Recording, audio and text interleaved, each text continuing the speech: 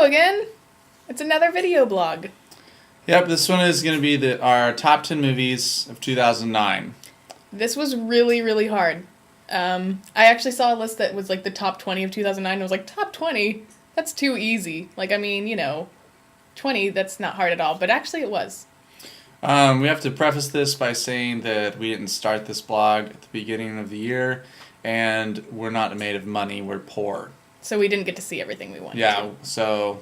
I didn't see Imaginarium of Dr. Parnassus. Neither of us saw, The Road or District 9. I didn't see Fantastic Mr. Fox. We didn't see A Single Man or An Education. A Serious Man. A Serious Man. A Single Man or A Serious Man. Them. So, anyways... Or Alvin and the Chipmunks, The Squeakquel. Yeah, we both missed that one. So, anyways, what we would like to throw in here is if you guys want 2010 to be a better year for us and you, because then you can read it, you can start donating to us. But you don't have to. But it would be awesome if you did. So anyways, yes. Now that that's out of the way, number 10 for me is Watchmen.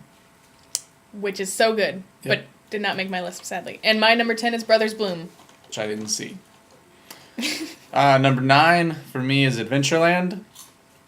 My number 9 is Star Trek, which I had trepidation about seeing because I had never watched any Star Trek before. Confession. But I loved it. Mind-blowing. And I will now, hopefully. Yep. My number 8 is Ponyo, which I've just been so looking forward to.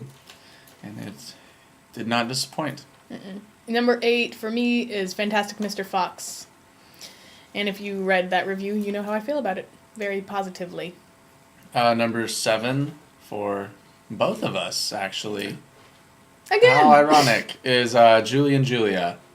So good. So wonderful. Not a movie I was really expecting to like, but it was great. Nora Ephron, I love you. If you didn't see it because of how great we reviewed it, you should see it now, because we're telling you it's number 7. Why wouldn't I see it since we saw it was... I don't know. Yeah, you should see it. It's charming. Charming. Yep.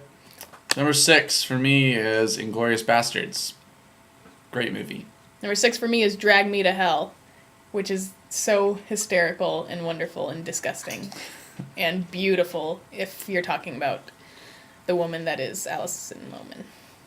I haven't seen it, but I want to. You should watch it today. Number 5 for me is Up, which I finally saw last night, so that I can make this list. We were waiting for that, and it was so good. I loved it. I was so sad, but so good. I loved it too. It didn't make my list, though, but I loved it.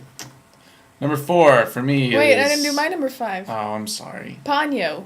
Ponyo! We already said it before. Fishy in the Sea. Fishes in the Sea.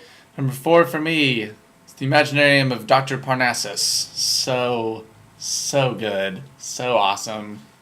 I'm sad. My number 4 is Inglourious Basterds, which I think gets better the more you watch it. It is it so... might move up on my list in the future. It's so cool. Number 3 on my list is Star Trek, which Laura already talked about. I, of course, had seen some Star Trek before. I grew up with it, and it did not disappoint me. It was amazing. I loved it. Well done, JJ. Don't not do that movie again. And please fit Khan in somewhere in the future. Please. That'd be cool. Well, I don't know what I'm talking about. But I hear about the Wrath of Khan, and that it's pretty good. Number 3 for me was Avatar, which probably might have been number 1 if it weren't for some cheesy moments. That is most of the movie. But it's so beautiful, and we watched it again last week, and it's just so good and gorgeous, and I want to live on Pandora. So, very, very much. Number 2 for me is Where the Wild Things Are, which was just so beautiful and just made me feel like a little child again. It's a special movie that makes you feel like a little child again, and that was one of them for me. Number 2 for me was Adventureland, which I know is really high, but I think it's hilarious. And it came at the perfect moment for me as far as being post-college, not knowing what to do with your life. It spoke to my soul, if you will, and my heart and my mind. Wow. And every part of me. and I just love it. That's quite a recommendation. Number 1 for me is Avatar. I know that there are other movies this year that had better scripts and dialogue, And characters. but no other movie made me feel what that movie made me feel, I guess, while I was watching it. It's probably Another movie made me feel like I wish that I lived on another planet and was blue. I feel like it's probably like as close to having like the first Star Wars experience that we'll ever have. Yeah, yes, I'll agree with that. So maybe I'm giving it this great of a review in the hope that Avatar 2 will be as better. It'll be the Empire Strikes Back. Yeah, it will be the Empire Strikes Back. That'd of be Avatar. awesome. Maybe someone else can look at the script a little too. But anyway, my number 1 is Moon. And it's just beautiful, and it's the aesthetic of it just looks like an old school science fiction movie, which is I think what I like best about it. It's not high budget, it's not computer generated at all, and I love Sam Rockwell, and I'm so excited to see what Spike Jonze does next. And it's a return to really, really good. You mean Duncan thought. Jones? Did I say that? You said Jonze? Spike. Sorry. Duncan Jones. I do like Spike Jonze too. I'm excited to see what he does next. Yeah, me too. I mean, I was just thinking that. But yeah, no. It just was so old school, throwback, science fiction, thought provoking, good, wonderful. Gonna buy it on Tuesday. I'm So excited about seeing it on Tuesday. So that's our top 10 of the year. I like how this is like kind of cutting off part of my face right here. Mhm. This light. It's glowy. Weird. Ooh, it's like an orb of power. Note what movies were not on our list that we might have seen. Transformers 2. Did you see that? I did see it. Not on here. Not on.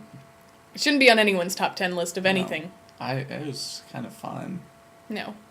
The Time Traveler's Wife, which I watched on a plane, was awful. Terminator Salvation was kind of fun, Yeah, it was fun. but it Not a great movie. computer generated really Arnold fun. Schwarzenegger. My goodness. And Observe and Report was Didn't see it. bad. I didn't see it. Not dark comedy, just stupid and worthless comedy, I'd say. Wow. Yeah, and I love Seth Rogen. He's my make-believe boyfriend. So it means a lot if I said that I didn't like him. Okay. So, anyways, have a good day. Yeah, and here's hoping 2010 has all Even these good more, movies and more. more good movies. Yes. Goodbye. Bye.